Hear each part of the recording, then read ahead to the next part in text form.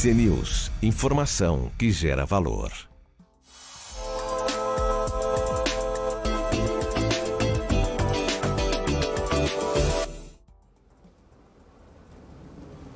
Olá, seja muito bem-vindo, muito bem-vinda ao BMC Market dessa quinta-feira. Hoje é dia 24 de agosto de 2023.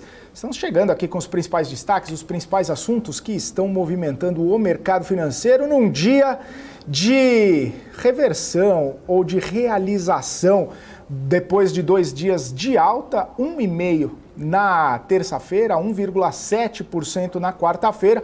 Hoje o Ibovespa cai 0,87%, tentando ainda sustentar os 117 mil pontos. Na mínima intradiária chegou lá no 116.847, agora sustentando os 117 mil pontos.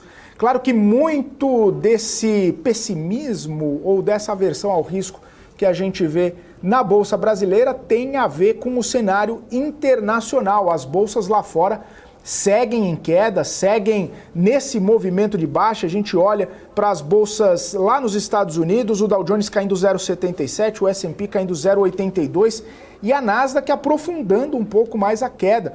1,2% de queda neste momento. Imaginava-se até ali no pré-mercado que Nvidia poderia ser um sustentáculo para a alta das bolsas lá nos Estados Unidos, que poderia trazer e contaminar o ambiente com notícias boas, tanto que no pré-mercado o Nvidia chegou a subir praticamente 8% nessa expectativa após a divulgação dos resultados do segundo trimestre. No entanto, o cenário parece que não está muito interessante lá fora, mesmo com esse bom resultado de Nvidia, que nesse momento sobe 2,8%. E por que o cenário não está tão tranquilo como se imaginava? Justamente porque a situação mais macro da economia americana segue trazendo alguns indicadores que talvez possam fazer com que o Fed não interrompa todo esse ciclo de aperto monetário. E não é só os dados de seguro-desemprego, que até vieram interessantes na manhã de hoje, ou de repente o dado do PMI que mostra uma desaceleração, que mostrou uma desaceleração ontem, é mais a fala dos dirigentes do Federal Reserve.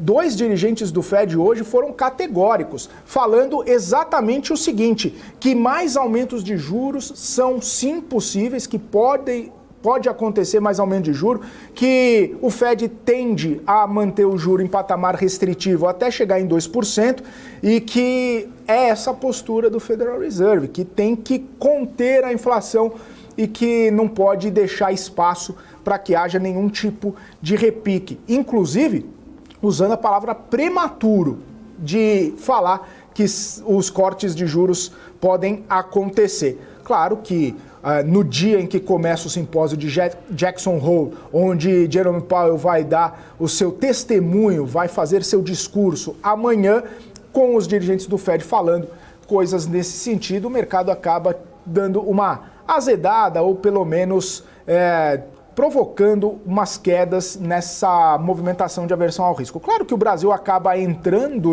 nessa onda, entrando nessa situação também, e aí a gente vê essa queda no dia de hoje. Interessante notar também, que depois de vários e vários dias de elevação no preço do minério de ferro, hoje o minério de ferro fechou em queda lá na China e claro que isso acabou trazendo impactos na Vale, nas mineradoras, nas siderúrgicas e um movimento interessante também. O petróleo que estava num movimento descendente, estava em queda o petróleo no cenário internacional, passou, virou o sinal, começou a subir e assim como começou a subir o petróleo, começou a subir também as ações, começaram a subir as ações de Petrobras, Petrobras até fez um movimento interessante, começou o dia em alta, depois com o cenário internacional, com o petróleo virando o sinal para baixo, caiu também e a Petrobras virou para cima, virou para alta depois de o petróleo subir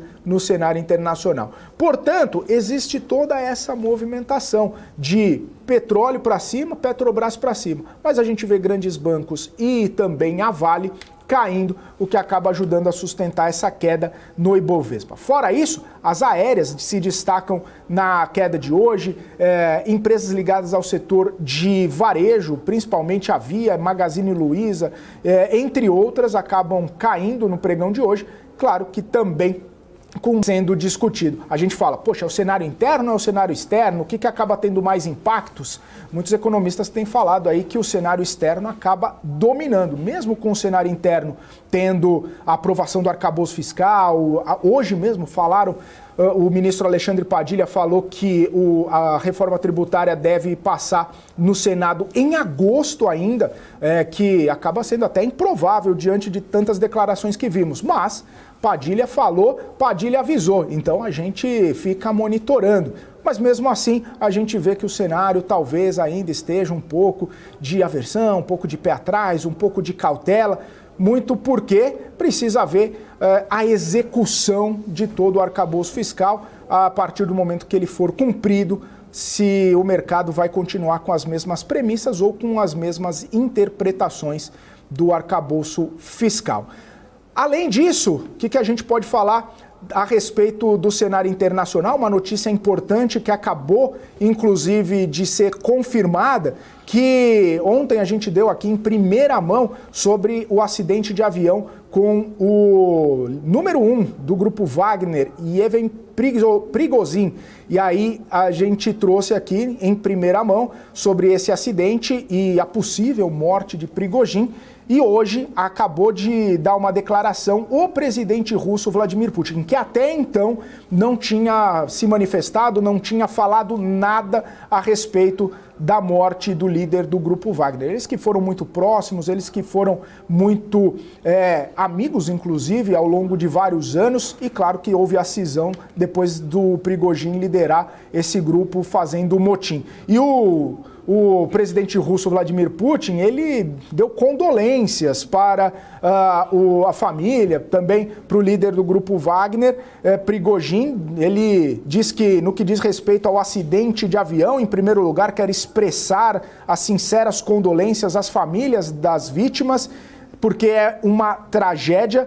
O líder russo diz que evidências preliminares indicam que os passageiros do voo eram funcionários do grupo Wagner, diz que conhece Prigozhin há muito tempo, desde o início dos anos 90, que era um homem talentoso, um empresário talentoso e que não só trabalhou na Rússia com grandes resultados, mas também no território estrangeiro. Putin diz que já existe uma investigação em curso sobre a explosão que derrubou o Legacy 600, o jato particular que caiu, ontem na Rússia, num trajeto de São Petersburgo até Moscou, e que isso acabou matando ou levando a óbito o Prigozhin, além do Dmitry Utkin, que seria o número 2 do grupo Wagner. Disse então Vladimir Putin, nessa entrevista, nesse pronunciamento que estamos vendo aí na tela, que vai fazer uma investigação completa para averiguar todas as causas e todas as circunstâncias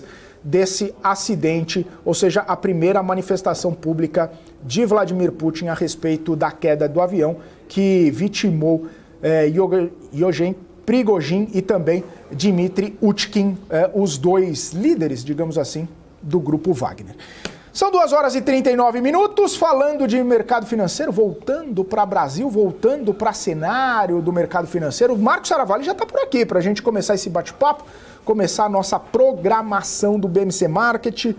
Muito boa tarde, Saravalli, bem-vindo, sempre um prazer recebê-lo aqui, sempre um prazer estar aqui no BMC Market, falando de mercado, falando de cenário, falando de economia e, quiçá, um pouquinho de grupo Wagner aí, que você também dá seus centavos de pitacos. Boa tarde, Saravalli. Boa tarde, Felipe. Boa tarde a todos. Caminhávamos para um dia positivo, né? Pelo menos até ontem à noite, com a divulgação do resultado inicialmente muito bem recebido pelo mercado. Continua sendo bem recebido pelo mercado. Impressionante os números da NVIDIA, como tem surpreendido até as projeções mais otimistas. E hoje, particularmente, era tudo para ser mais um dia positivo. Lá fora, aqui a gente não consegue acompanhar, talvez a Petro ali quase querendo sustentar sozinha no início do pregão também, mas a princípio o Ibovespa não está homogêneo, não está querendo seguir nessa tendência. E lá fora não tem outro assunto que não seja, até olhando para a semana, fazendo um balanço da semana, a gente fala que tivemos algumas notícias até importantes, relevantes, arcabouço fiscal, mas os dados, né, da atividade econômica mundial e também agora, até os dados de desemprego, seguro-desemprego, acabaram vindo um pouco melhores, né, ou seja, menos pedidos do que as projeções, e outros fatores, outras falas de diretores do Banco Central americano, o mercado precificando até pelo CMI, lá pelas projeções do que o mercado espera, aumentando bem as projeções de que pode ocorrer até mesmo um aumento de juros dos Estados Unidos. Marco, esse é o cenário base? Não, tá? Não é o cenário base. Ninguém está falando que vai acontecer aumento de juros. Quando a gente olha nas projeções, na precificação ali, hoje ela saltou ali de cerca de 12%, depois o Felipe me corrige aqui que deve ter o número exato, mas em termos de 12% para 17%, aumentou bastante, mas o cenário base ainda é um cenário de que vamos ter manutenção, ou seja, o mercado precificando cada vez mais essa possibilidade de ocorrer aumento de juros. As bolsas não gostam, não aceitam isso, não querem ver esse cenário e com isso vão apresentando realizações de lucros e a gente vai acompanhando aqui o nosso Ibovespa. Então, muito mais um cenário internacional hoje, particularmente nessa quinta-feira, do que um cenário local aí sem grandes novidades depois da aprovação do arcabouço, mas também um tema super importante, que acho que fica um pouco à margem, mas é super relevante também, as questões de novas tributações, né, para, de novo, tentar arrumarmos arrecadações extras, né, ou extraordinárias para fechar as contas do governo, e uma delas está sendo discutida nesse momento em relação à tributação aí de fundos offshore ou até mesmo de fundos que a gente chama onshore, fundos exclusivos. Essa vai ser uma discussão muito grande num nicho específico, né, segmento de super investidores, vamos deixar assim, né, segmento private, pessoas que têm investimentos exclusivos, mas podem ser taxados, né, no famoso, um exemplo, por exemplo, é acontecer o famoso come cotas, né? Então esse é um tema super relevante que a gente vai discutir aqui, mas a princípio também parece que está sendo uma moeda de troca para garantir também outros benefícios, tabela de imposto de renda e outros benefícios, mas lembrando que é o come cotas, basicamente é como se a gente estivesse antecipando uma arrecadação para o governo, né? Porque em algum momento o investidor tem que fazer esse saque, né? Aí sim tem essa contribuição, mas ele pode fazer daqui a 1, 2, 5, 10 anos. O come cotas obrigatoriamente obriga, né? Obrigatoriamente acontece a cada semestre, né? 2 vezes por ano, como se fosse antecipando uma arrecadação para o governo, né? Então acho que essa discussão e até inclusive os temas que estão sendo discutidos agora, né? Formas, né? Até alguma espécie de algum benefício, né? Se é que podemos dizer assim, Felipe, que tem algum benefício, você antecipar. Marcos, você vai pagar 10 mil reais de imposto daqui a 5 anos. Você não quer pagar 2, né? Eu não sei se tem algum benefício, né? Já que é um imposto novo, né? Ninguém quer pagar nada mais, mas pode ser que tenha algum benefício para quem quiser antecipar. Enfim, é uma discussão, mas infelizmente parece que está muito próximo essa taxação aí, sobretudo essa implementação desse conceito de come cotas também em fundos exclusivos, né?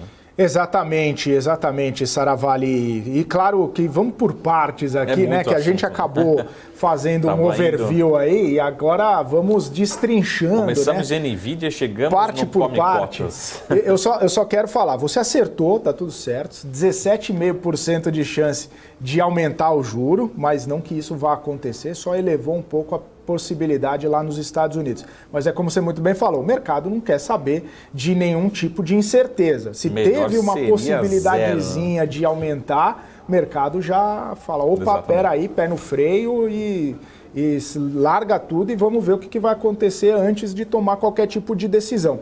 E aí, entrando nessa possibilidade, era justamente o que eu queria te perguntar, porque a gente viu 2 dias seguidos de alta, a gente viu esses 2 dias seguidos de um otimismo do mercado, e a gente e deu para ver isso na aceleração na terça-feira do Ibovespa, quando vai votar o arcabouço, Lira foi lá e falou que ia votar, o Ibovespa deu uma acelerada, a curva de juros fechou um pouco. E aí, ok, né? Aí votou o arcabouço, passou ontem, disparou. Mas Aí a gente fica naquela galipolamente falando, né? O que é externo, o que é externo? Hoje estava conversando com um economista mais cedo, ele falou o seguinte, Felipe, tudo externo, né? Hoje? Não, de terça e quarta. Ele falou, olha, a gente até acabou pegando um sinalzinho ali, né, de, poxa, o arcabouço passou e tudo mais, mas subiu por causa do externo, não tem, né, e a curva fechou por causa do externo, as treasuries fecharam lá também, então vem fluxo para a bolsa. Enfim, ele deu toda a explicação que parece que está alinhada que com o movimento. Não era a explicação que o Galípolo gostaria de receber, talvez. De jeito nenhum, né? O do Galípolo, a explicação foi interno, foi a sinalização, foi o fiscal. E vamos acelerar foi essa o juro e corta 1,5 na próxima. Brincadeiras à parte, mas é justamente isso. A gente às vezes surfa um movimento externo e por ter um evento interno acontecendo simultaneamente, você acaba perdendo um pouco do feeling ali do que é o que, né, Saravalli? Mas hoje a gente parece ver que o externo é mesmo quem está mandando, né? A princípio sim, né? Também é difícil a gente isolar novamente. Também isso vale para dias positivos, isso vale para dias negativos. Também, né? Só porque está caindo, agora é culpa do exterior. Não, a gente, pelo menos eu acordei, acho que o mercado financeiro acordou, pareciam ser temas bastante distantes, mas agora parece que, pelo menos pelas capas dos jornais, pelas discussões em Brasília, estão cada vez mais próximos, né? Quais são eles? Que a gente vem discutindo quase todos os dias aqui. Fim do JCP. Ele é muito ruim, né? Vai ter alguma contrapartida? Senão a gente vai ter só impacto no lucro líquido direto, principalmente dos bancos, mas de todas as empresas que utilizam esse benefício, né? A gente tem impostos, né, sendo criados de offshore, possivelmente, de come cotas de onshore, né, outros subsídios, enfim, podem ser exterminados, enfim, acabados. Então é uma discussão que a gente traz incerteza de que, de novo, parece que a solução em relação à arrecadação, em relação ao equilíbrio fiscal, não para por aí. Parece que vamos ter sempre que arrumar um jeito de encontrar novas arrecadações e, infelizmente, é praticamente sinônimo, se não for sinônimo, né? Aumento da carga tributária aqui para os brasileiros. Então é uma notícia muito ruim. Tenho certeza que não só aqui na BMC News, mas dentro hoje das áreas de, podemos dizer assim, dos private bankers, né? A grande discussão tem sido essa, tá? O que eu vou fazer, qual que é o benefício, o que eu posso ser prejudicado. Tá? E lembrando, se você é investidor de bolsa, se você tem um fundo exclusivo, né? Ou fundo de investimentos em ações, os FIAs, a princípio, não teriam esse impacto, tá? Mas a discussão está sendo essa em relação a essa possível tributação nesses fundos, tá? Então, isso que é importante. Então, mais uma notícia negativa. Na minha opinião, tivemos sim notícias positivas em relação à aprovação do arcabouço na terça e na quarta-feira. Hoje, particularmente, o mercado recebendo essa notícia do exterior negativa, mas por aqui também, né? Temos algumas notícias que trazem apreensão aí. Eu acho que um outro, talvez uma cereja do bolo, né? Na minha opinião, ainda com muitas dúvidas também até em relação aí aos discursos da cúpula, né? Da reunião dos BRICS, né? Você começa a colocar muita gente, né? Qual que é o objetivo do BRICS, né? Será que está perdendo o contexto? Será que é validade? Será que não pode criar algum ruído em relação a próprio G7? Enfim, como é que é essa discussão? Você começa a colocar alguns países que podem ser importantes, sim, né? Para essa economicamente, comercialmente, né? Mas a gente também sabe que são não democracias. Será que a gente precisa estar associado, né? Ter essa preocupação adicional? Como é que seria a relação caso esse grupo deixasse de utilizar, comece a utilizar outra moeda? Enfim, isso eu acho que é uma cereja do bolo, né? Que trouxe muitas perguntas, né? E talvez nenhum grande objetivo, né? Qual que é o objetivo desse BRICS, né? Ampliado? É uma discussão que acho que a gente vai ter ao longo dos próximos anos, né? Ô Saravalli, eu acho que a explicação da cereja do bolo, da expressão, né, é algo que é o último pedacinho gostoso de um negócio bom que você já comeu. Aí quando você fala dos BRICS, que é cereja do bolo, a gente já está vivendo um cenário meio desandado. E quando vem um BRICS com Argentina, com Etiópia, com a Indonésia não veio, mas com Emirados Árabes e tal, e você não sabe mais ou menos o que vai acontecer, talvez não seja esse gostinho tão bom assim que o pessoal gostaria de sentir na última abocanhada ali, né? Seja aquela cereja do bolo que estava vencida, talvez. A cereja vencida do bolo. Talvez, né, Saravali? Essa é a preocupação, mas é mais uma preocupação adicional. Sim. Porque você fala, tudo bem, a gente precisa ter uma relação comercial, mas talvez que fique por aí, né? Você quer ter uma imagem talvez associada a alguns países não democráticos, né? Será que é essa imagem que a gente quer ter em relação ao restante do mundo? Lógico que acho que todas as boas intenções são bem recebidas, né? Mas tem alguns nomes ali que pode trazer uma preocupação. De novo, não é uma grande preocupação e não é isso que está definindo o mercado hoje.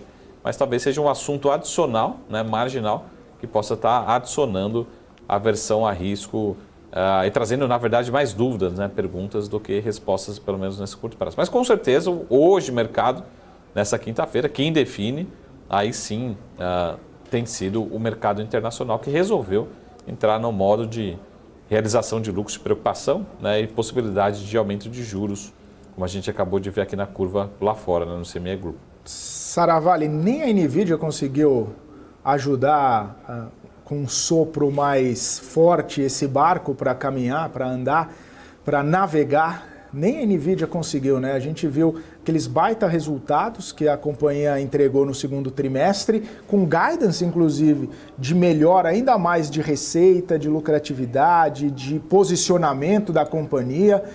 Nem isso, muito embora a NVIDIA está subindo 2 e pouco % agora, mas isso também acabou não ajudando, né?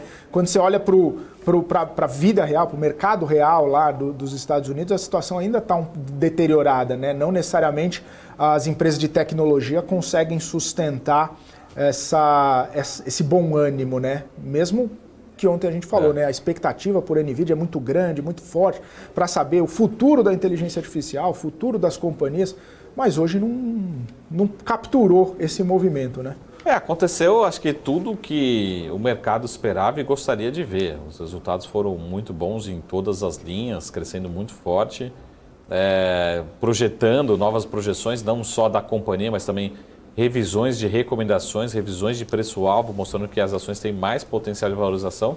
Agora, eu acho que os exageros também existem, né? Começa a ter preocupação, será que os múltiplos da NVIDIA não parecem ser muito caros? Será que não pode também passar por um momento de realização? A própria NVIDIA em algum caminho, outras empresas de tecnologia.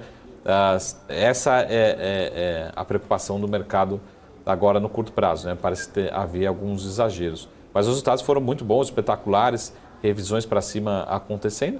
Mas o mercado também estava esperando que as ações subissem quanto hoje, né? Uma empresa desse tamanho, né? Trilionária, subir 2% num dia é muita coisa. Agora, você esperava que subisse 5%, 10%, 20% hoje? Né? Talvez o mercado estivesse exagerando um pouco no otimismo.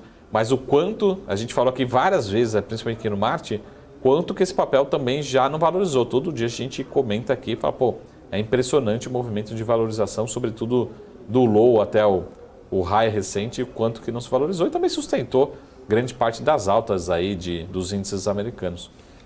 Mas pelos resultados em si foi surpreendente, como a gente viu lá no aftermarket de ontem, né? Todo mundo esperava, realmente vamos abrir com forte alta. Está numa alta boa, saudável, mas hoje não é o dia de grande ânimo no mercado mundial. Então, esse tem sido o tom por aqui, né?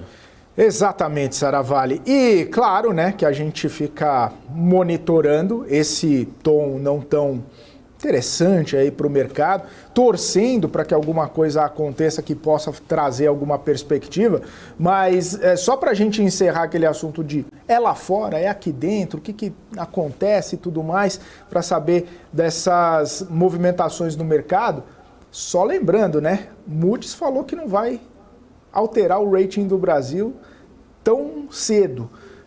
A despeito do que aconteceu com Fitch e S&P Global, a Moody's falou, olha, a gente precisa ter uma clareza um pouco melhor da trajetória dívida PIB descendente e que o arcabouço fiscal vá funcionar. E aí a gente retoma naquela conversa exatamente do que você falou mais cedo, né, de que, daqui a pouco vai ter que criar mais imposto, vai ter que, né, buscar mais fontes de receita e tudo mais, mas tirando o otimismo de revisão de rating outlook das duas outras agências de classificação de risco, Moody's está um pouco mais pé atrás.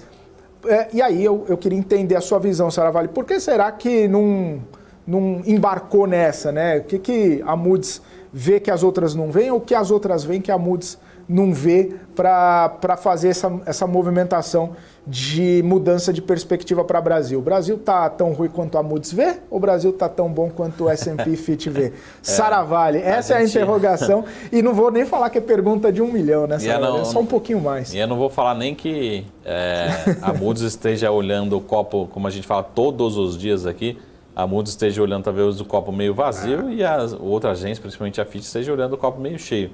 Ou talvez a Fitch esteja olhando muito as perspectivas, né, que foram muito pessimistas ali em janeiro, fevereiro, março, e de fato as perspectivas estão sendo revistas para baixo, né, ou para melhor em termos de projeção de dívida PIB. Mas ao mesmo tempo que a Moody's está falando assim, pô, eu não tenho argumentos, quando eu olho para de fato o que está acontecendo, talvez a gente não resolveu 23, nem 24 e nem 25. Eu preciso de argumentos, né? Temos agora um arcabouço, mas nada, nós economistas e tem as agências de risco falando, pô, eu não sei o que vai acontecer em 2024. Eu não sei, vai entregar realmente esse 0 a 0, né? Esse resultado é factível, porque a gente está falando de talvez 40 do segundo tempo, 42 do segundo tempo, a gente tem 130 bi, algo um pouco mais, um pouco menos, que não foi resolvido, né? Da onde que virão, quais são os recursos? Temos algumas alternativas? Temos, mas toda hora, todo ano, vai chegar em 2024, a gente vai estar falando de 25. Também vai ter que ficar procurando soluções, né? Agora a gente está falando de CARF. Tudo bem, CARF é uma possibilidade, mas é o famoso plano B, plano C, não é algo recorrente. Toda hora você vai ter que ficar apelando para alguma, né, uma arrecadação urgente, emergencial, o CARF resolve, a Petrobras vai lá, apaga o fogo, resolve uma parte. De 24 a gente vai entender e falar, pô, mas conseguimos ter superávit em 25? Né? Pelo menos é isso que está argumentando. Então a Moody's acho que está sendo muito mais pragmática e falando, pô, eu não tenho ainda olhares, condições para acreditar, né, eu tenho uma confiança muito grande, eu preciso de previsibilidade, assim como um investidor, qualquer investidor, de que 24 e 25 vão ser anos, né, 0 a 0 positivo. É isso que ela está falando. Então, talvez a Moody's esteja olhando o lado do copo meio vazio, que de fato acontece. Existe uma preocupação, existe uma possibilidade, né, de ainda muito distante, muito remota, de a gente começar a equilibrar nosso tamanho de dívida. Então, no curto prazo, os próximos 2 anos, a gente continua com expansão de dívida, e talvez isso que a Moody's esteja falando. Enquanto eu não olhar, encontrar essa estabilidade e bons sinais muito claros, né, de redução em algum momento da dívida, que a princípio não tem ou muito difícil de acontecer, eu não vou melhorar esse rating. Né? Lembrando, o que é o rating? Rating é a capacidade de um banco, uma empresa, honrar com o seu financiamento, né? Com, pelo menos pagar os juros, né, da dívida. Não estou falando nem de... Mas se uma empresa começa a aumentar, um país começa a aumentar muito seu endividamento, chega no momento que não consegue nem honrar com os juros. Né? Então essa é a preocupação.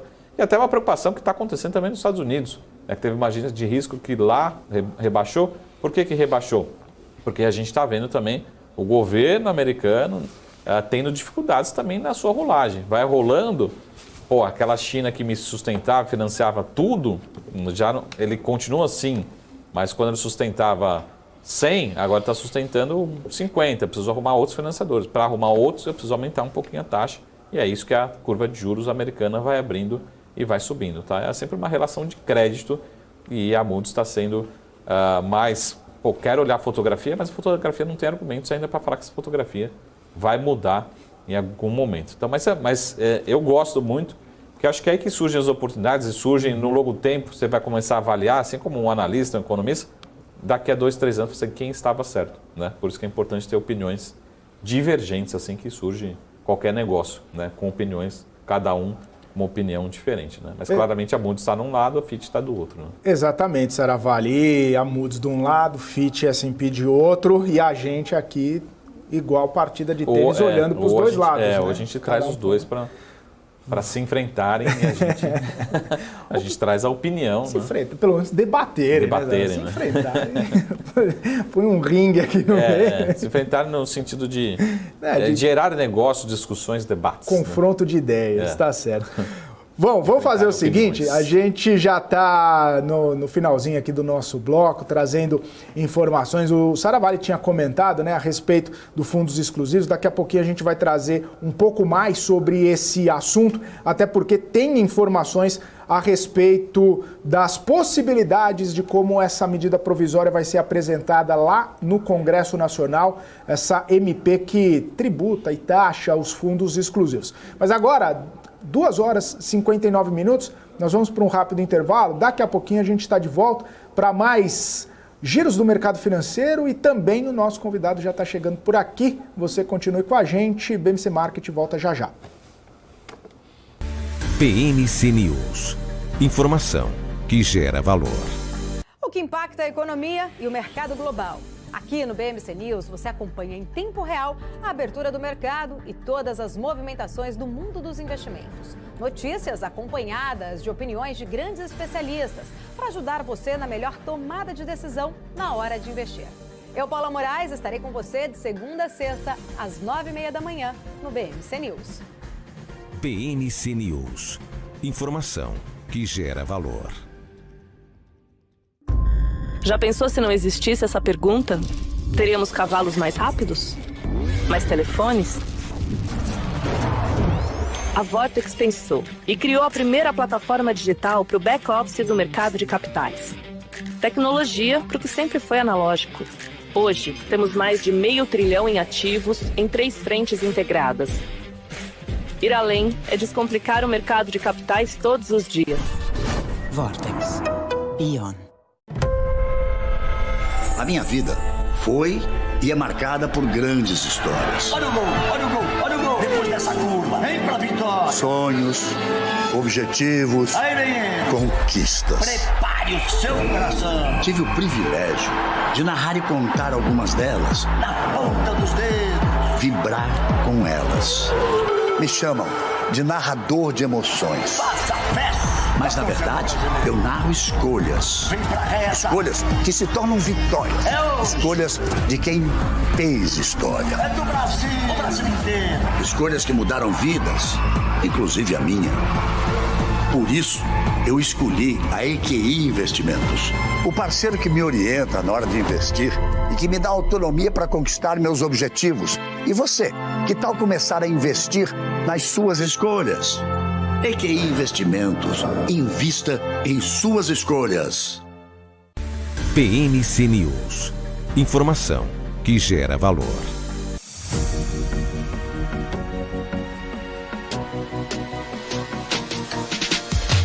BMC News. Informação que gera valor. Muito bem, estamos de volta aqui na programação BMC Market ao vivo, 3 horas e 2 minutos, só monitorando aqui o mercado financeiro. 0,73 de queda nessa quinta-feira, 117.276 pontos. E Bovespa tentando de alguma forma segurar esses 117 mil pontos, mesmo chegando na mínima intradiária de 116.847 pontos. É uma correção aí depois de 2 dias seguidos de alta, subiu praticamente 3%, né?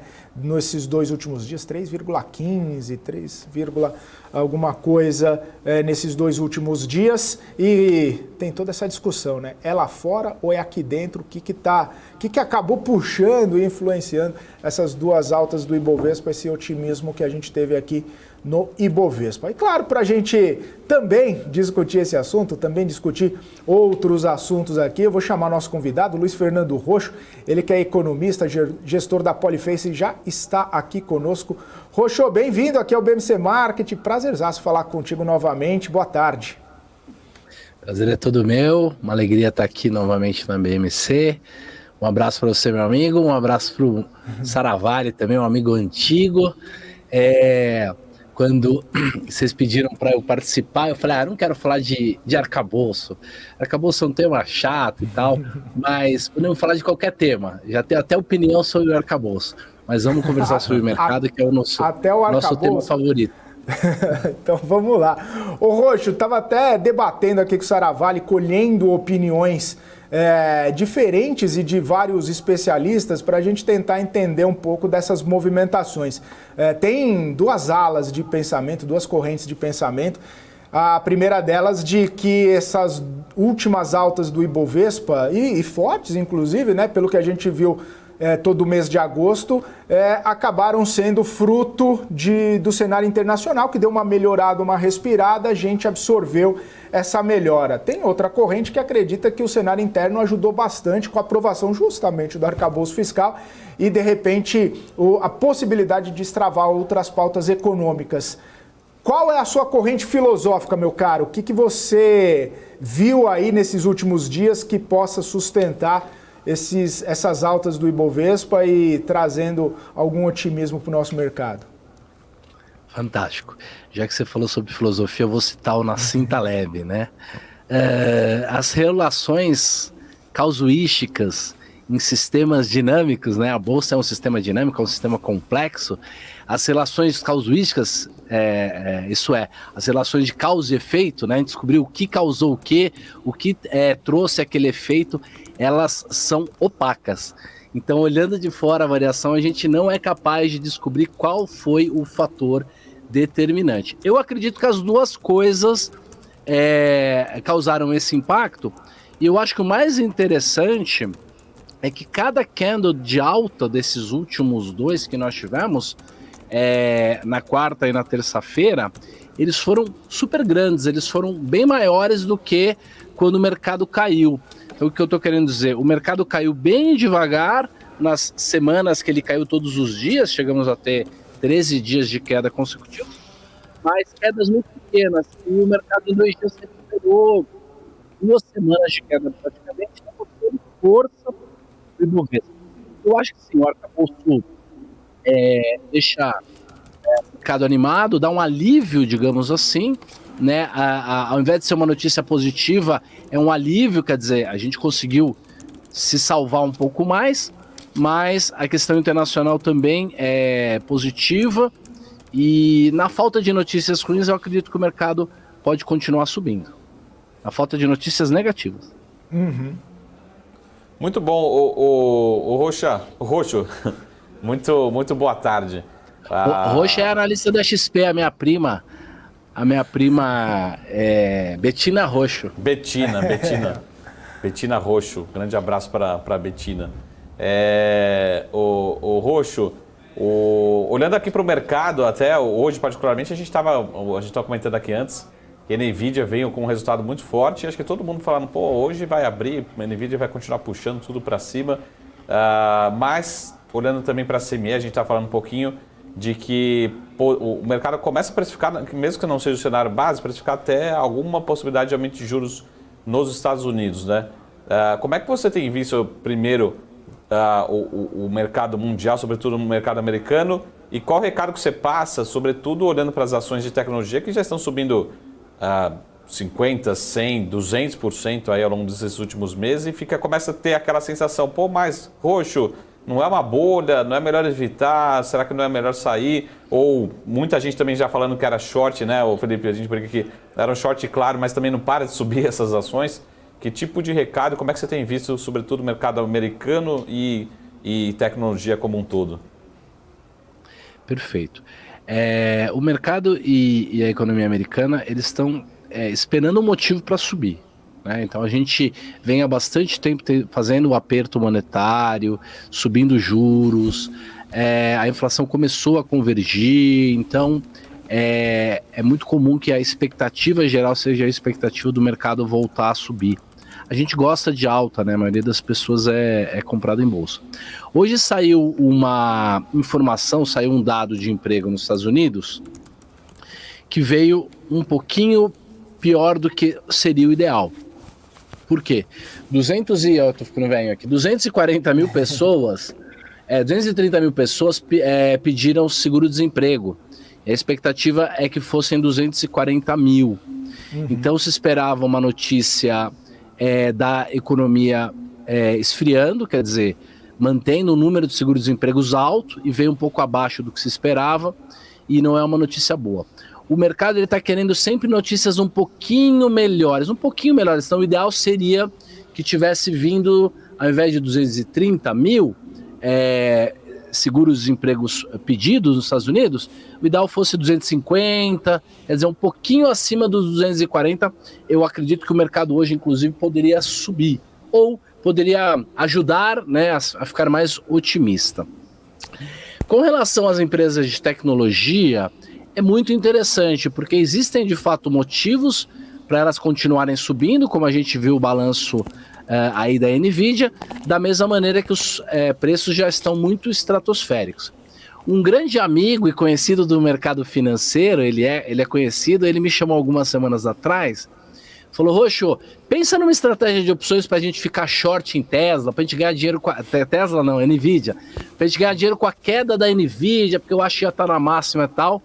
E acabamos não pensando em nada, não fizemos nada, e olha a alta que a NVIDIA teve, né? Então é muito perigoso ficar na frente de um setor ou uma área da economia que está nesse franco crescimento, digamos uma espécie de bolha, né? Como é que uma bolha é criada? Uma bolha é criada na expectativa, porque se o mercado sempre se antecipa a tudo, ele sempre tenta estar 6 meses na frente. Então, na hora que você cria uma expectativa de que o balanço da NVIDIA vai vir bom, porque ele é o grande ganhador da corrida da IA, e ele vem melhor ainda, então ele quebra a expectativa, e aí na hora que você projeta uma curva de evolução, você enxerga a coisa lá na estratosfera. O fato é que os múltiplos estão tão altos que é só os resultados da NVIDIA não serem tão bons assim no futuro que ela provavelmente já cairia de preço, mas quem vai apostar contra a campeã da corrida das IAs, né? Então é muito difícil. Agora, na medida que todo mundo está esperando uma recuperação econômica, quase ninguém acredita numa recessão forte, num hard landing. O termo soft landing está estatisticamente sendo muito usado. A gente vê um gráfico do uso do termo soft landing, quer dizer, pouso suave para a economia americana, o uso muito alto, muita gente usando esse termo. Então, isso significa que ninguém está considerando uma recessão. Se houver uma recessão, se vier uma quebra de expectativa com relação a o que se espera para a economia, a recuperação que se espera na economia nos próximos meses, eu acredito que essas empresas de tecnologia talvez acabem sendo as que mais caiam. Por quê? Porque a mesma expectativa de que as coisas vão subir para sempre são quebradas, aí quando você projeta, aí a diferença, né, entre a expectativa e a realidade acaba fazendo com que os preços caiam muito. Então tem que tomar cuidado, porque se a economia continuar se recuperando, as empresas de tecnologia, principalmente as vencedoras da corrida da IA, vão continuar subindo muito, mas quando vier a primeira, ou se vier uma quebra de expectativa, talvez elas sejam as primeiras a corrigir. Ô Roxo, nesse sentido aí que você está falando, né, a gente ouve muito falar que tecnologia acaba sendo um bicho à parte, que na economia real, né, as empresas ali do mundo real, entre aspas, nos Estados Unidos, elas estão sofrendo bastante, estão enfrentando muitas dificuldades, e até li uns estudos aí de que talvez até a inflação lá nos Estados Unidos, ela seja pior do que o que está mostrando no CPI, por conta de, principalmente, o cenário mais inflacionário das hipotecas e tudo mais. Enfim, se esse cenário mais catastrófico, entre aspas, se desenhar, e aí não sobra... a grande questão não sobra mais nada, né? Porque se a economia real já está puxada para baixo, se até a tecnologia puxar para baixo também, que acaba sustentando alguns índices, né? A gente vê o S&P, a gente vê a Nasdaq sustentados pelas empresas de tecnologia, aí a estrutura toda do mercado americano pode viver um colapso, pode viver algum tipo de coisa tão ruim quanto a gente viu recentemente? Sim, e assim, vai depender muito de se essa inflação, se ela voltar agora ou ela levar mais um tempo para voltar, e antes dela voltar, o mercado fica muito otimista. E isso já aconteceu outras vezes na história. Então, o grande medo do mercado é a gente repetir o que aconteceu no começo da década de 80, final da década de 70. o Paul Volcker fez o aumento dos juros, fez o aperto monetário, enxugou a liquidez, a economia começou a melhorar, a inflação começou a ir para a trajetória esperada, e aí baixaram os juros, incentivaram a economia e a inflação voltou muito forte, e aí ele teve que dar um choque enorme de juros e reforçou muito aquela crise lá no final da década de 70.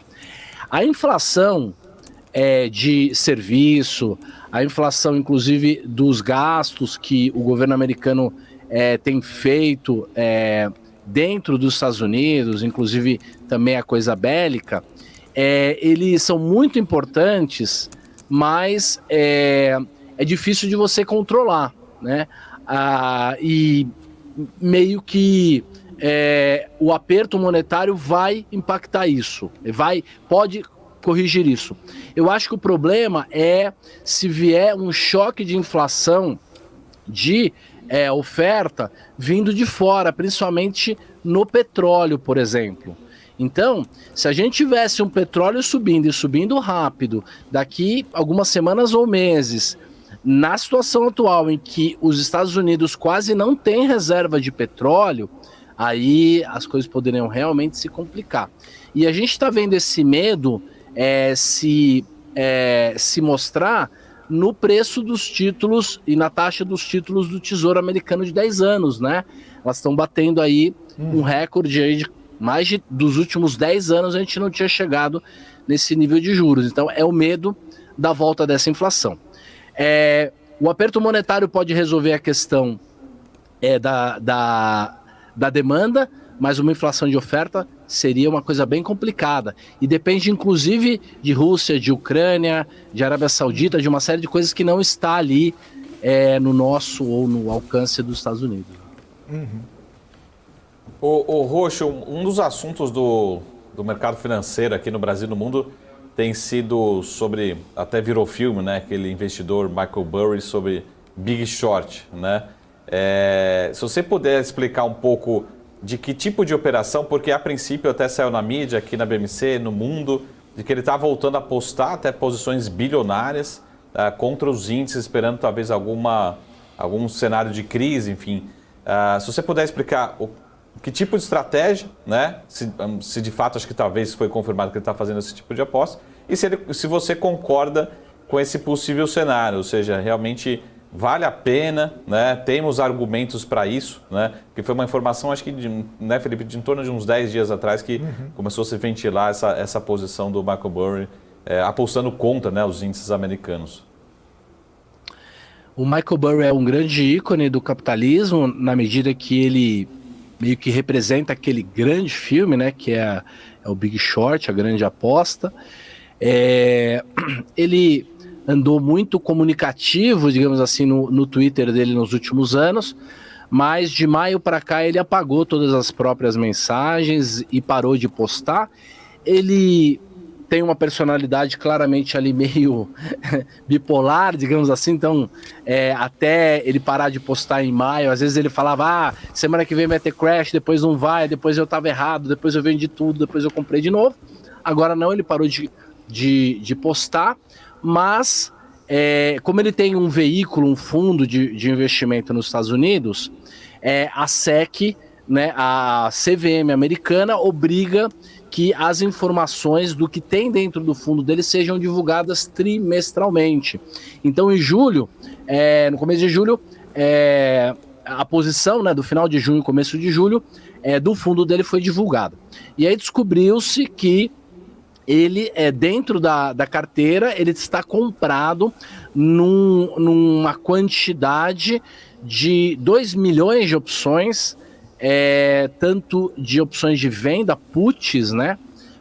Tanto do S&P, através dos contratos do ETF SPY, quanto do Nasdaq, através do ETF QQQ, e 2 milhões de opções, multiplicado pelo valor que está o S&P, dá mais ou menos 800 milhões de dólares, e 2 milhões multiplicado pelo QQQ também dá aí 700 e poucos milhões de dólares, Então a gente sabe que ele abriu posições de opções que, se você somar o valor do contrato, que a gente chama de notional, ele está exposto em mais de $1 bilhão, 1 bilhão e 500, 1 bilhão e 600 milhões de dólares. Ele estava em julho, nós não sabemos agora.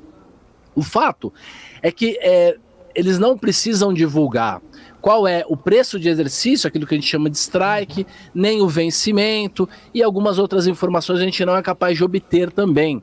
Então a gente não sabe se ele está comprado em opções que custam 1 centavo ou se ele está comprado em opções que custam muito caro.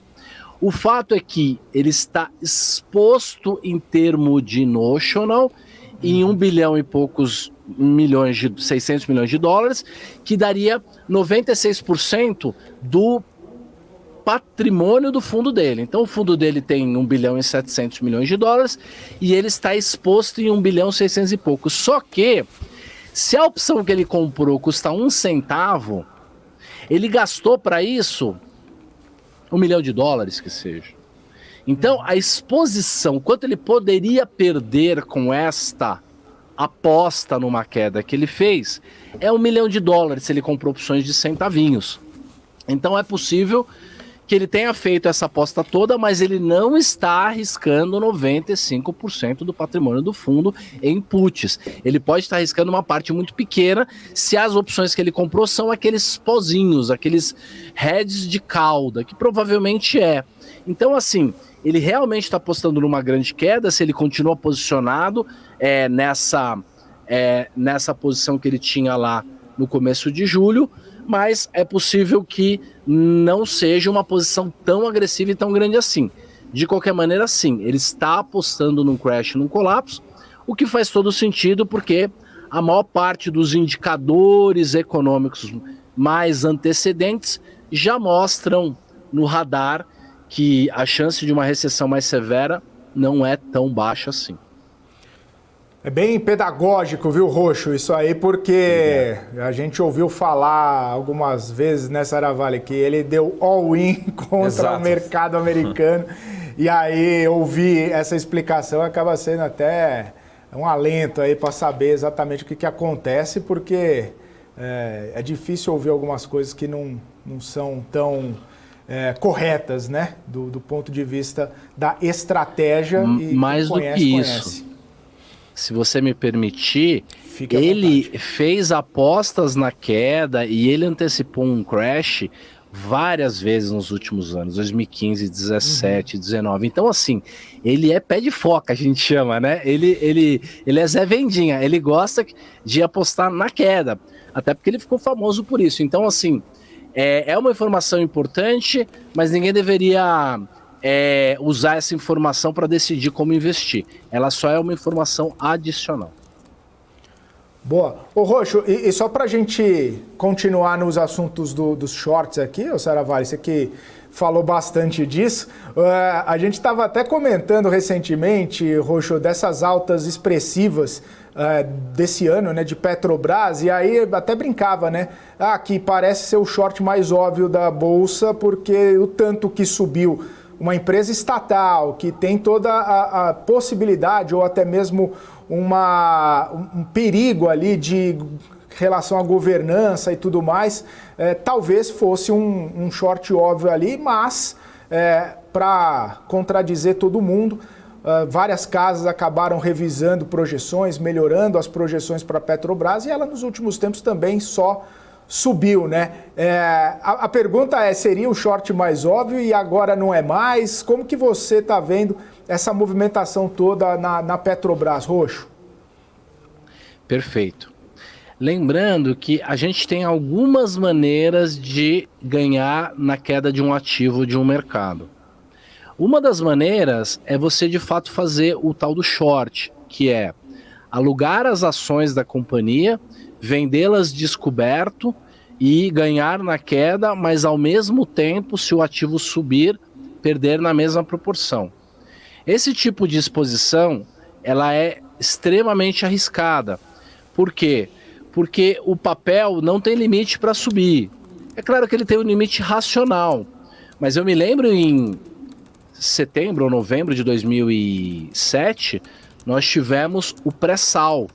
A Petrobras fechou numa quarta-feira a 70, abriu numa quinta-feira a 74, fechou a 80 na quinta-feira e abriu a sexta-feira a 90, num dia de véspera de vencimento de opções. Na segunda-feira venceu as opções e uma opção chegou a multiplicar 150.000%. Então, assim, vender ações descobertas de uma empresa é extremamente arriscado, porque ela pode fazer como foi a GameStop, como está acontecendo com a Nvidia, e continuar subindo. Outra coisa é você fazer uma combinação, uma estratégia combinada, em que você ganha na queda do ativo, mas a sua exposição, se você tiver errado, a sua perda, se você tiver errado, não é tão grande. Então você pode fazer uma trava de baixa, você pode vender o papel, mais comprar uma call, uma opção de call ali que te cubra, para você não ficar exposto negativamente. E assim, mais importante do que acertar a direção, se vai subir ou cair, é você ter a exposição certa. Porque a gente não sabe se a Petrobras vai subir ou vai cair, que a gente chama de X, que a gente não sabe qual vai ser o evento, mas a gente sabe como se expor para ganhar se a gente tiver certo ou perder pouco se estiver errado. Então, assim, apostar contra a Petrobras é muito perigoso, pode dar certo, e se você fizer a estratégia certa, você pode ganhar bastante dinheiro. Agora, o mais importante é você não se expor, não ficar vendido descoberto, porque informações podem ser requentadas, podem ser divulgadas, informações críticas da empresa, e isso pode fazer com que ela suba e o seu short não dê certo. Pior do que isso, vender opções descoberto. Se alguém vender calls descoberto, achando que a Petrobras já subiu demais, e uma notícia requentada, uma fake news, uma informação que parece boa, mas na verdade não é, aparece no mercado, você pode quebrar mesmo estando certo. Daqui a pouco o mercado cai, mas a alta fez com que você tivesse que estopar e perdesse o seu dinheiro. Muito bom. O Roxo, só para terminar e fazer uma conclusão aqui, né, como você tem se posicionado, olhando até julho ali, parecia que o Ibovespa era, né, Felipe, 150 mil pontos em setembro, né? E aí eram os primeiros 15 dias de agosto, todo mundo fala, não, agora é 90 mil pontos e sempre aqueles vieses, né? Sempre exagerando as pontas, as tendências. Mas como é que você, Roxo, como é que você está vendo o cenário, né, dentro desse mês de agosto bastante volátil, né? No ano ainda acumula alta, enfim, estrangeiro veio muito rápido, também foi embora muito rápido, contextualizando, como é que é a sua visão, até vamos pegar um pouco curto prazo daqui até o final do ano, como é que você está vendo esse ambiente, até a gente começa a ver os dados da Ambima ali, os fundos de ações começando a ter um pouquinho de captação aqui no Brasil, né? Pelo menos zeramos, estancamos os resgates líquidos, né? Mas qual que é a sua visão para o Ibovespa de uma forma geral, Roxo? Então, eu estou otimista com o curto prazo, os meus indicadores aqui de prêmio de risco, entre outras coisas, me dizem que o mercado tem espaço para subir. Eu acredito no Ibovespa testando e rompendo os 120 mil pontos, então eu sou otimista para o curto prazo, mas eu sou bem pessimista com o longo prazo. Eu acho que se a economia americana, o mercado americano e o Brasil indo juntos, se a gente subir bastante, né? Se a gente tiver uma espécie de uma euforia, e eu acredito que é possível que a gente tenha uma euforia, porque nós estamos muito próximos de começar a baixar juros nos Estados Unidos, e isso faz as pessoas se animarem.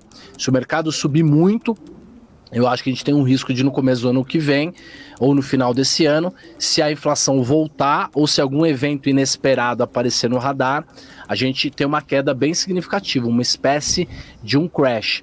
Então, da mesma maneira que o Michael Burry está comprado em puts, né, para ganhar numa grande queda do mercado, eu também estou.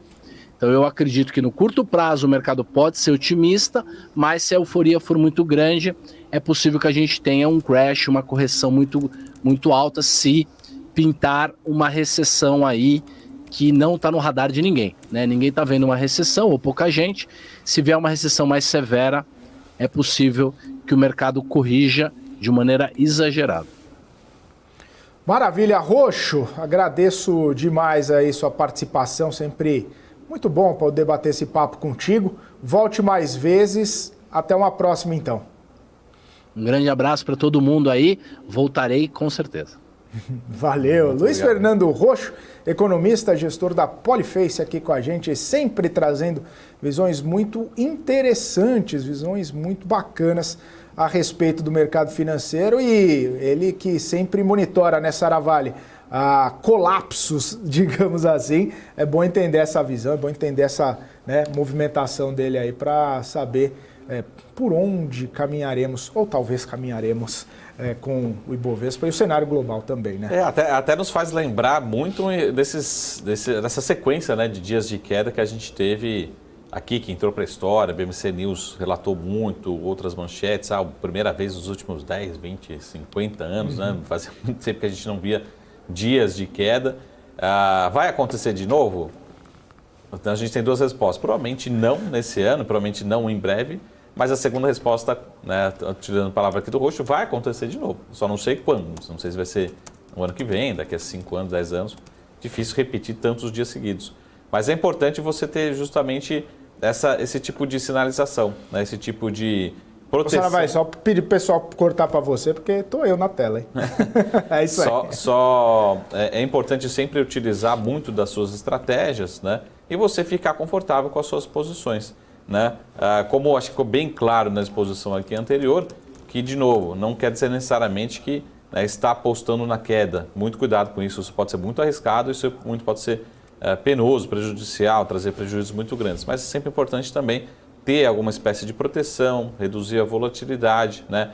Talvez que a gente chama gastar um pouquinho do prêmio, né? Como a gente faz o próprio seguro do nosso carro, por que a gente não pode fazer no seguro da nossa carteira de investimento, da nossa carteira de ações? Talvez seja muito mais esse recado que o Roxo passou, explicando muito bem as posições do Michael Burry do que especificamente alguma aposta muito grande sequencial de quedas muito fortes, tá? Então utilize, né, conheçam todos os recursos, todas as ferramentas também para fazer suas devidas proteções para um cenário que pode acontecer, né, mesmo que não aconteça, mas você vai ter maior previsibilidade, né, e traz mais sucesso no longo prazo. Maravilha, Saravalli. 3 horas e 31 minutos. Vamos então para um rápido intervalo. Daqui a pouquinho a gente volta trazendo mais informações. Daqui a pouquinho a gente vai direto para Brasília também. A Isabela Takaki está lá para trazer os principais destaques da capital federal, mas claro, depois do nosso intervalo comercial. Então você que está nos acompanhando em todas as nossas plataformas, na TV fechada, no YouTube, no Profit da Nelógica, no nosso portal, continue com a gente, porque o BMC Market volta daqui a pouquinho, o intervalo é rapidinho. BMC News. Informação que gera valor. Entender o modelo de negócios, os resultados e as estratégias das principais companhias do Brasil é essencial para tomar as melhores decisões na hora de investir. E é isso que nós trazemos no BMC Business. Entrevistamos os CEOs e diretores das principais companhias de capital aberto do país. Eu sou o Gabriel Monteiro e encontro você no BMC Business todas as terças e quintas, às 22 horas, aqui na BMC News. BMC News. Informação que gera valor.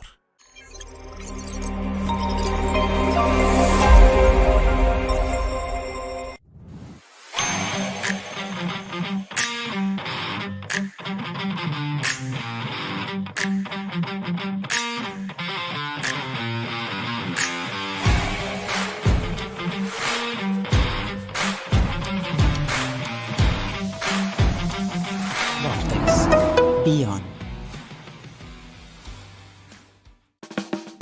Quem só vê o BTG como um banco de investimentos, não vê todos os benefícios que ele pode oferecer. Aqui você tem a liberdade de ligar a qualquer hora.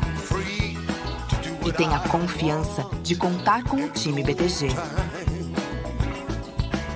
É você no controle da sua vida financeira de um jeito simples e compatível com a sua rotina. O BTG reconhece quem é você e está pronto para potencializar a sua trajetória. As empresas que fazem parte do seu dia a dia estão em uma das maiores bolsas do mundo, a Nasdaq.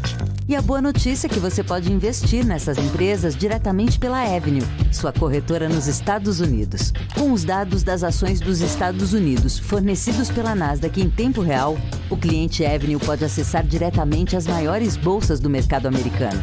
Entre neste mercado de tecnologia e inovação. Acesse avenue.com.br/Nasdaq e seja bem-vindo ao mercado global. PNC News. Informação que gera valor.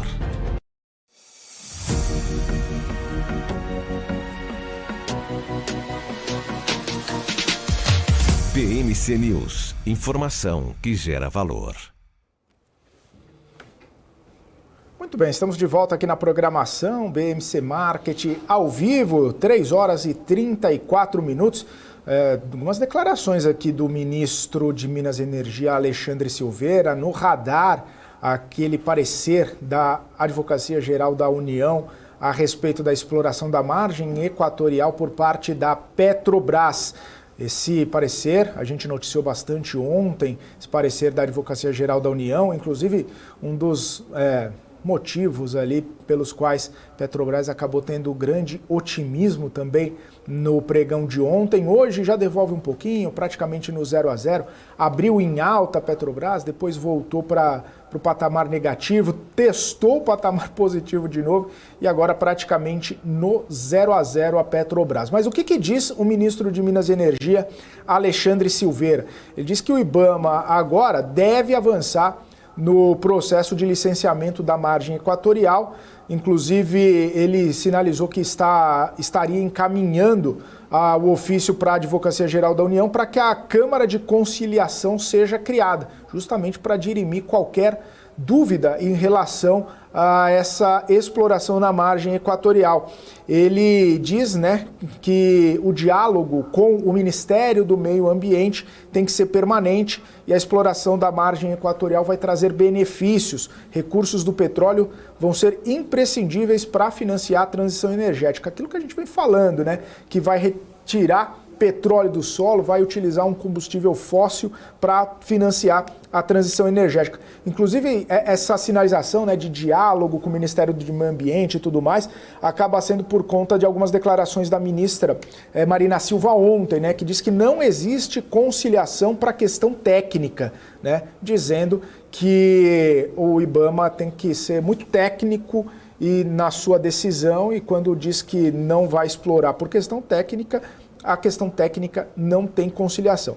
Mesmo assim, o Alexandre Silveira comentou agora há pouco que não existe nenhum tipo de acidente notificado que seja utilizado ali como pretexto ou como justificativa para que o Brasil não explore a margem equatorial, que ele acredita na mediação da Advocacia Geral da União para conseguir avançar nesse potencial do país, que o IBAMA tem que continuar o que vinha fazendo e apontar os condicionantes para essa pesquisa feita pela Petrobras. O que não pode haver é extremos e deixar a discussão de lado, deixar de discutir toda essa questão da margem equatorial. Marcos Saravalli, a questão é a seguinte, a gente vem falando praticamente todos os dias aqui que margem equatorial poderia trazer uma baita de uma possibilidade para a Petrobras ampliar a exploração de petróleo no pré-sal e financiar, como muito bem disse aqui o ministro, a transição energética, que seria uma possibilidade interessante aí para a Petrobras. Mas agora tem todas essas questões, talvez alguns pontos políticos sobressaindo a questões técnicas. E aí, na nossa humilde análise aqui, talvez a gente não sabe exatamente o que é técnico, o que é político e o que é político que invade a técnica, Mas essa discussão ainda deve permear o noticiário aí por um bom tempo, Saravalli, até chegar na batida do martelo. Eu deixei um post no Twitter, na rede social hoje, eu fiquei triste, eu posso abrir o coração aqui, que eu esperava mais comentários, acho que nem teve comentário. Mas o post foi esse, Parece que a margem equatorial vamos ter que deixar para outro governo ou próximos governos, Porque o próprio governo, entre ele, não está conseguindo chegar num consenso, não está conseguindo chegar numa resposta, a princípio não temos a aprovação. Lembrando, pessoal, vamos dar um passo atrás. Lembrando, o que é pré-sal hoje?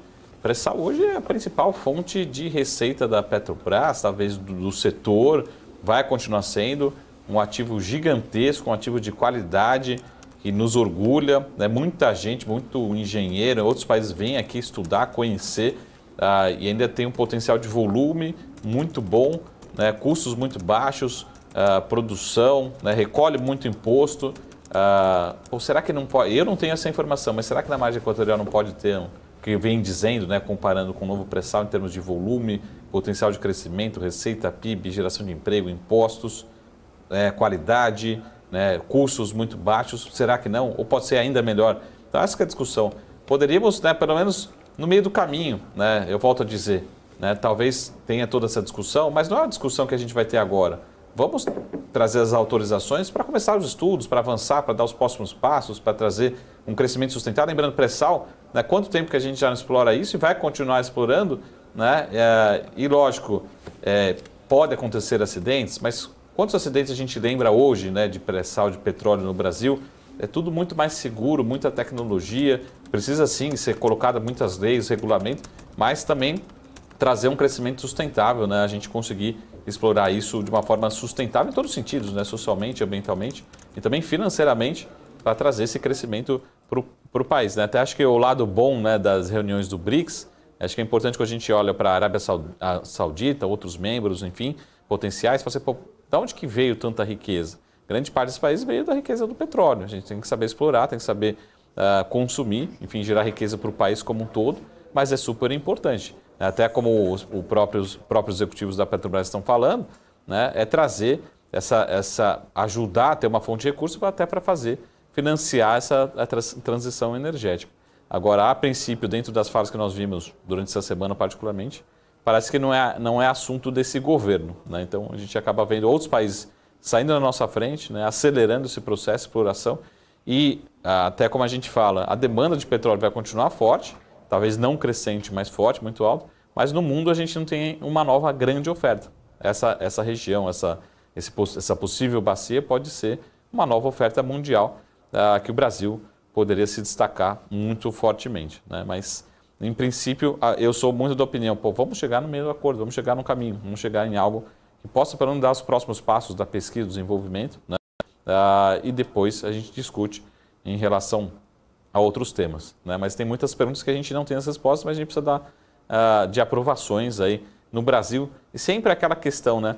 A burocracia pode fazer parte de alguns países, né? E até às vezes necessária, mas às vezes também vai nos atrasando, vai nos impedindo também de desenvolver aqui alguns segmentos, algumas indústrias, sobretudo aqui nesse caso a indústria do petróleo. Maravilha, Saravali. Só para a gente não sair do petróleo, continuar também em Petrobras, a gente viu a movimentação do petróleo virando para o positivo ao longo do dia de hoje, principalmente porque o CIT soltou um relatório falando que a OPEP precisaria, talvez, cortar a produção novamente para privilegiar, ou pelo menos para proporcionar uma recuperação dos países mais frágeis, né, dos membros mais frágeis do cartel. E claro, quando a gente fala em corte de petróleo, por mais que a demanda não esteja tão aquecida assim com toda essa desaceleração global, quando corta a produção de petróleo, é óbvio que o preço sobe. E aí, olhando para isso, o petróleo simplesmente não subiu. Né? É profecia autorrealizada. Foi lá e subiu, levando algumas petroleiras aqui do Brasil. Claro que Petrobras agora está praticamente no 0 a 0, fica entre perdas e ganhos, mas a gente vê que a possibilidade de haver novos cortes está posta, né? Sim. Talvez isso acabe influenciando no preço da commodity nos próximos dias, nas próximas semanas também. É o famoso, que a gente também traz muitos exemplos aqui, teoria dos jogos, né? Também. Às vezes a melhor decisão é você sinalizar uma possível decisão, né? Talvez você nem chegue a tomar essa decisão, mas só de sinalizar essa possível decisão, o petróleo já vai caminhando, pelo menos para de piorar, olhando para quem é produtor, sinalizando o lado positivo. Então a OPEP sempre sabe trabalhar muito bem em relação a esses discursos em relação a petróleo. Mas particularmente também hoje a gente tem um jogo de forças, né, de interesses, já que tivemos alguns dados de PMIs, atividades relativamente fracos em algumas regiões, jogando pressão e dúvidas em relação à demanda do petróleo, pelo menos no curto prazo, né? Maravilha, Saravalli, sensacional. Daqui a pouquinho a gente volta e continua batendo papo sobre esses impactos. Agora a gente vai para Brasília. A Isabela Tacá, que está na capital federal, colhendo informações e buscando também, em cima da notícia, desdobramentos da votação da reforma tributária, ou a possibilidade da votação da reforma tributária e tudo que sinaliza ali toda essa discussão a respeito dessa pauta econômica muito importante que corre lá no Senado Federal. Isa, muito boa tarde para você, bem-vindo ao BMC Market, prazer falar contigo. Quais as novidades? Temos novidades sobre reforma tributária? Boa tarde para você. Olá, muito boa tarde para você, Felipe, boa tarde, Marco, boa tarde a todos que acompanham o BMC Market. Sim, estou aqui nos corredores do Senado Federal, está acontecendo aqui do lado a CPMI de 8 de janeiro, muitos senadores estão lá, estou aqui aguardando, inclusive, alguns deles para poder ter mais informações sobre pautas econômicas, principalmente reforma tributária, né? E Rodrigo Pacheco afirmou que na próxima terça-feira os governadores, os 27 governadores, vão se reunir para discutir mais sobre a reforma tributária. Há uma expectativa muito grande por esta reunião, que deve acontecer então na próxima terça-feira, durante todo o dia. Segundo Rodrigo Pacheco, essa reunião vai ser longa, vai acontecer durante todo o dia, vai ser organizada em blocos ali, por regiões. Inclusive, um governador, que é o Ronaldo Caiado, que é o governador de Goiás, estará presente aqui no Senado Federal para discutir pessoalmente sobre a reforma tributária. Ele que é um crítico, ele é muito crítico ao texto base da reforma que foi aprovado pela Câmara e agora está em tramitação no Senado. A discussão, segundo Rodrigo Pacheco, presidente da Câmara, essa discussão pode auxiliar no amadurecimento em torno da proposta da PEC. Então, há uma expectativa muito grande aqui no Senado para essa reunião que acontece na próxima terça-feira com os 27 governadores, com a presença de Ronaldo Caiado. Vou continuar acompanhando aqui todos os bastidores da política aqui em Brasília para saber mais informações, principalmente das pautas econômicas. Boa tarde para vocês, Felipe.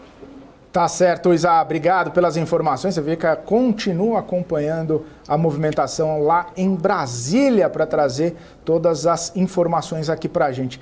Saravalli, tem inclusive, né, estava falando de Brasília, a Isa trouxe reforma tributária, pauta importante, você citou, pincelou no começo da nossa conversa aqui sobre essa tributação dos fundos exclusivos, e eu até queria entrar um pouquinho mais nesse assunto, nessa reta final, porque ontem eu conversava com um gestor e ele falou, poxa, a grande questão, né, é sobre essa tributação e que a gente acaba ficando até tentando entender exatamente o que vai acontecer, são incertezas sobre tributação do estoque, né, do fundo exclusivo, porque isso pode trazer muito problema, inclusive, para os fundos que talvez não tenham nem liquidez necessária para conseguir fazer esses pagamentos e tudo mais, e que poderia trazer até impactos na estratégia que o fundo utiliza para gerir esses ativos exclusivos ali dos seus proprietários, né? E aí saiu uma informação, agora há pouco, inclusive, que deve fazer um pagamento opcional, como você muito bem falou, de antecipação do IR dos fundos exclusivos e deve propor IR de 10% sobre os estoques, né? E aí, se o pagamento for antecipado, o projeto de lei deve ser enviado no fim do mês e também, aí junto, coloca tudo o fim do juro sobre capital próprio.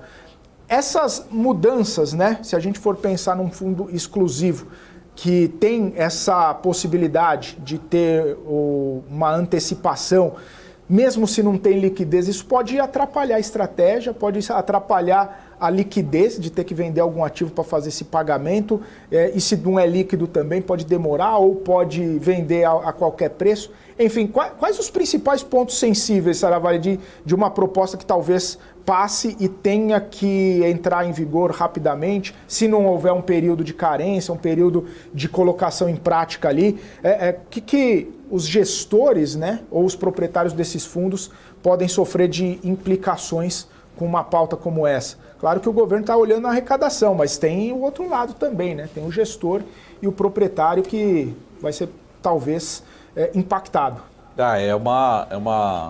São detalhes, pelo menos operacionais, bem difíceis de controlar. Vamos pegar o seguinte, se a gente está falando de um período específico, a gente vai tributar ou você vai poder pagar esses 10% na cabeça, vamos dizer assim, do que colocar o come cotas, mas dentro de uma vez só, mas num período de 2022 sei lá, agosto de 22 a agosto de 23, entender qual que vai ser essa tributação. Porque lembra, né? Porque imagina que é um investidor, você pode ter resgate no caminho, você pode ter aportes no caminho, você pode ter ganhos com ativos diferentes, ganho no câmbio, ganho na ação, tudo isso vai sendo colocado dentro da cota. Como é que isso vai ser calculado? Como é que está sendo controlado para ocorrer essa tributação? Então, em relação, quando a gente fala de futuro, tudo bem, a partir desse momento a gente vai ter tudo que for fundo exclusivo, né? Vai ter esse come cotas a partir desse momento, né? É relativamente simples, né? Só implementar, pronto, goste ou não, né? Vai ser aprovado e pronto. Agora, estoque é uma polêmica muito grande, né? Vamos pegar aqui até uma discussão que está tendo também em Brasília em relação aos fundos offshore, né? Quando se fala offshore, por exemplo, eu ganhei, vamos supor, 15% no S&P 500 nesse ano. Só que quando eu coloco a variação cambial, ele pode aumentar ou diminuir minha variação. E aí, né? Quando for maior, entra na tributação, quando for menor, não, o câmbio entra, não entra nessa variação. Então, na prática, é muito difícil, né, de implementar. Então, por isso que sempre a polêmica está para trás, né, em relação ao estoque.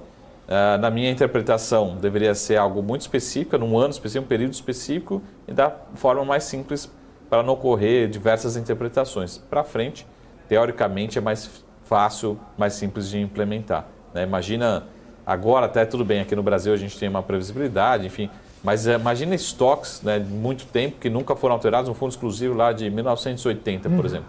Você teve mudança de moeda, você teve desvalorização do câmbio, você teve vários fatores, como é que isso vai ser corrigido, enfim.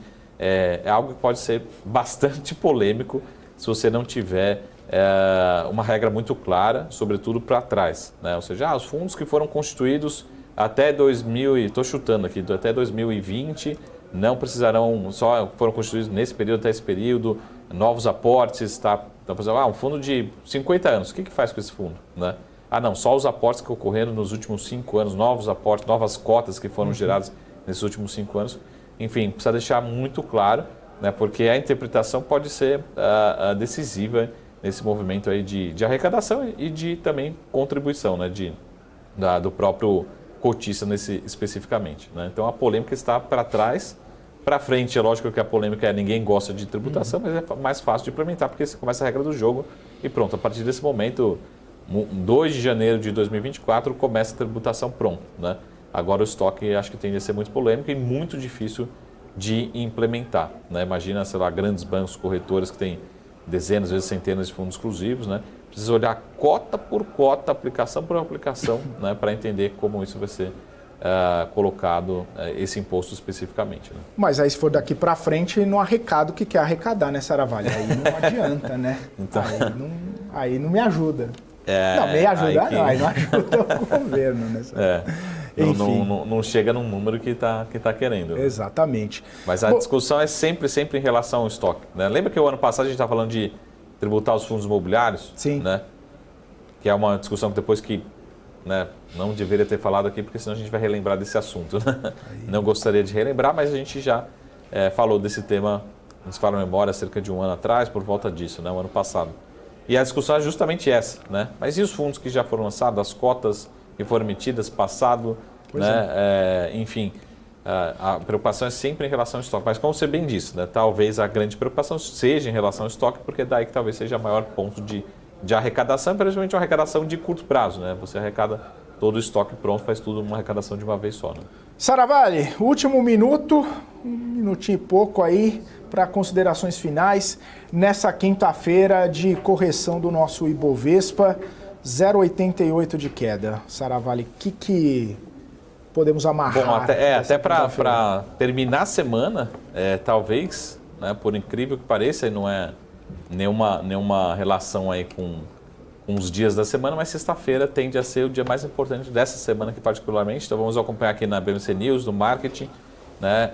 E a princípio a gente pode ter bons indicadores da nossa inflação, esperamos que sim, mas de novo não vai ser deflação, talvez seja um índice de leve inflação. E temos todas as notícias vindas do exterior, né? Mas a princípio, como eu falei, não só pelo efeito do petróleo, mas lembra que a gente teve ontem, né, praticamente várias revisões para cima de Petrobras, e segue sendo um dos papéis mais demandados aí pelos investidores, todos eles, mas sobretudo institucionais, né, montando posição. E o papel realmente parece estar muito estável, não querendo cair, não querendo realizar. Né? O nosso Ibovespa, a princípio, deveremos e poderemos fechar um mês de agosto talvez bem menos ruim do que se imaginava cerca de 5 dias atrás. E hoje o BS também, hein, Saravalli?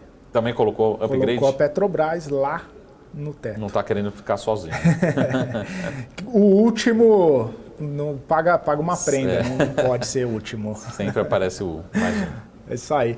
Saravalli, até amanhã então, hein? Até amanhã, ótima tarde. Quintou. Boa tarde para todo mundo também que nos acompanhou. Obrigado pela sua audiência, obrigado pela sua companhia.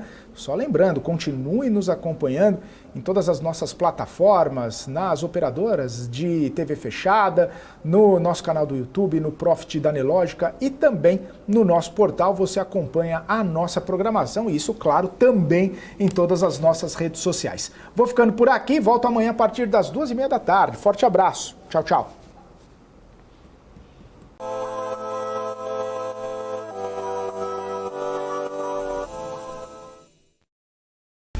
BMC News. Informação que gera valor.